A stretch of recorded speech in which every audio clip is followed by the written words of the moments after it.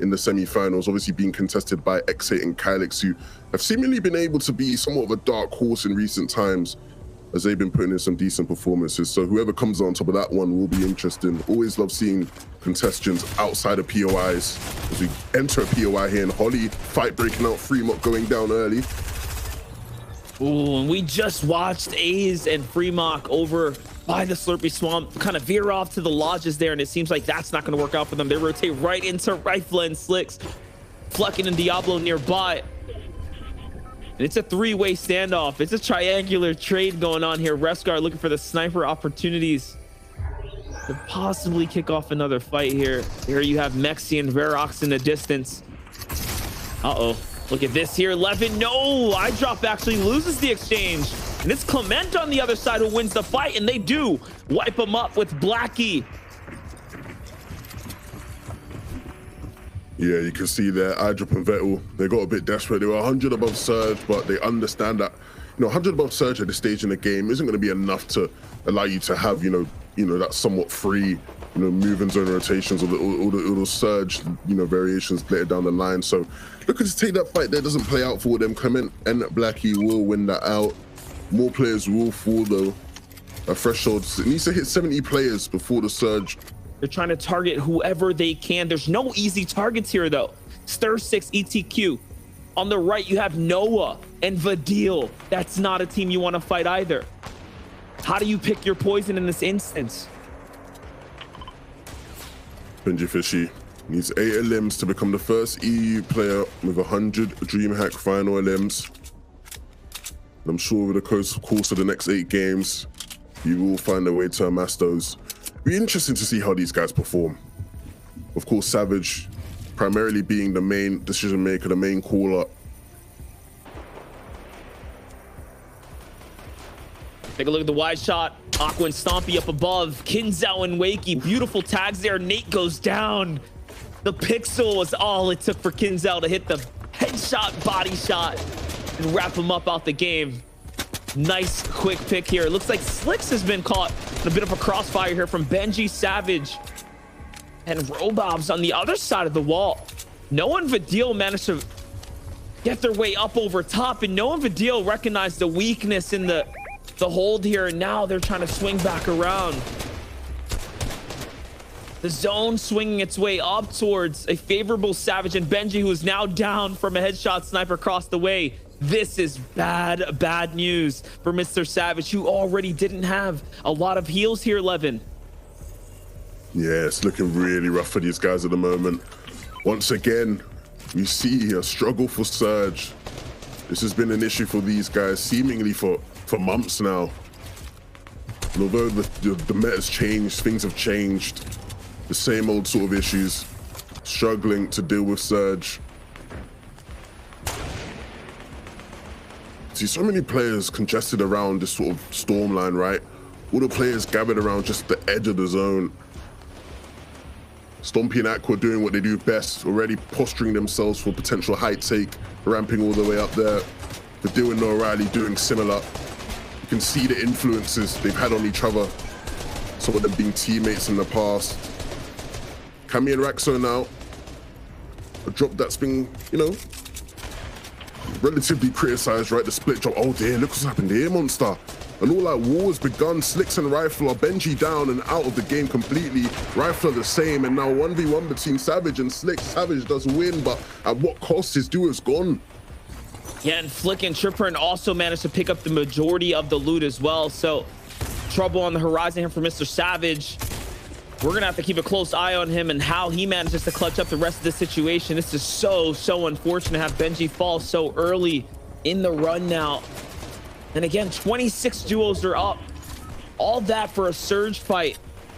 And it doesn't even end up happening. It doesn't even end up turning on. A little bit of patience would have been enough for them, but those are the calls you have to make. Those are the sacrifices that have to be made in order to maintain your position. Thomas and Taste is still alive in the mid ground. You can see them there. Hen and Chapik still up, big names. Aqua, Stompy poising up for a little bit of that high ground as well. There goes the bouncers on into the new zone. It's Noah, Riley, and Vadil though, who took the stage early, who grabbed this mountain before everyone else could, and look at the land before them. They have so much clear headway over that. And the loot, they pick up so much excess material. They get to work with that. They are looking extremely dominant here in comparison to everyone else. Yeah, and we've seen this time and time again. We saw it last week on NA. If there's nobody else that will look to contest these guys and give these guys a hard time on high ground, you know, they're going to be able to walk away with this one, ultimately just being able to hold it for the rest of the moving zones. Cammy goes down there in the middle in the muck of all those names. And I'll tell you what, there are some teams who do like to play that high ground, right? Aqua and Stompy are still up. And so maybe we'll see those guys get in on the action. Thomas picks up that limb onto Cammy. Rescott and Scram now looking to make their rotation up. This is going to be a difficult one, right? Moving up a hill. The teams that get up early are going to be the ones who have the easiest time, presumably. Some of the later rotating teams will struggle to get up. All those teams holding them in. But even with me saying that, you can see here, Scram and Rescott, they're not having an easy time by any means. Bouncing and hopping around other teams. Surge now is an issue that they have to deal with 130 below. They fight their way through. Stompy's going to be in a big one right here. Oh my gosh, Vidil gets traded out. So does Stompy as well. It's a 1-for-1 exchange, and Hen takes advantage of the chaos. And up he goes for high ground now too. Explosions coming out. That's an RPG in play. Potentially, Queasy and Trulix are the kings of high ground now. As Aqua tries to swing around, but no, he realizes trouble is here, and Storm Surge is going to start trickling in now as well. This is all the pressure that's up in the air. X8 and Kylix are on the mid ground too, trying to tarp across. Aqua has to play this out by himself now. This is where placement's going to start being doled out here. Big points to be made here now. Aqua trying to recycle what he can. It's not going to last very long, and there goes a quick layer change up top. Queasy and Trulex walk away with it. Savage still alive in the low ground here. Queasy and Trulex have just stolen this one away. We saw those titans of high ground really contesting for. You had Helen Chapik, Aqua and Stompy. You had so many of these top names as Aqua goes down, and somehow Queasy and Trulix has been able to steal it away. But you can see that on the mid ground, Thomas and Tayson are causing havoc. Thomas now bouncing his way in. Thomas and Tayson, they seem to be split off, but even as solos, it can be so strong. And that's the thing. We're talking about a clash of playstyles. Stompy, Aqua, known for high ground holds. Tayson, Thomas do the same as well. It's mid or high for them. So many different players that want to play for high. They know that's the key factor, the win condition in the current meta. And we're going to see these clashes nonstop. This is only game one. This is only the beginning of the grand finals. And we might be seeing a result that we did not expect, which is Queasy and Trulix consistent. Underrated. Now on height, they hold it. They're doing what they have to do, right? They're pressuring all of the threats that are close by. Refsguard's still alive here. This is big. Tayson and Thomas are pretty healthy. Thomas has a lot of HP. Remember, low ground, mid ground wins tournaments, guys. This is where the placement, this is where the elims all start to trickle in.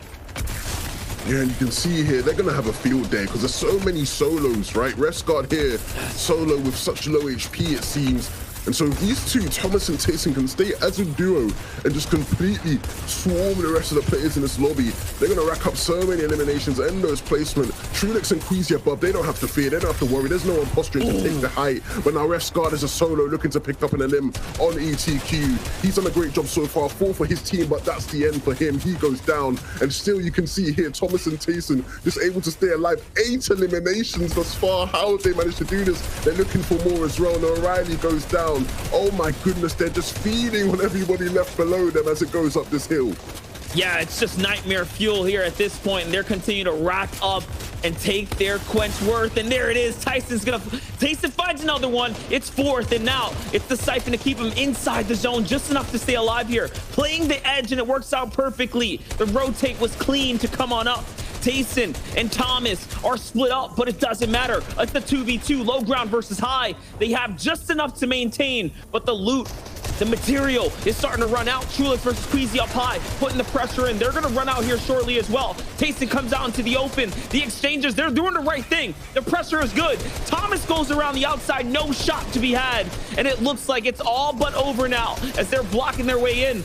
Tayson still putting pressure in here. One comes down, two comes down. They go for it, and they do win it out. But hold up, it's down to the final shot, and yes, it's gonna be just enough from Queasy. It was so close to 11. That wasn't for free. We're getting the elims and the placement points, and I'm going to draw your eyes straight through to this top over here. I think that there was Griffin and Knifer, and you can see it's paid off. 9 eliminations for them. Tayson and Thomas also 9 eliminations, which has allowed them to move into that first and second spot.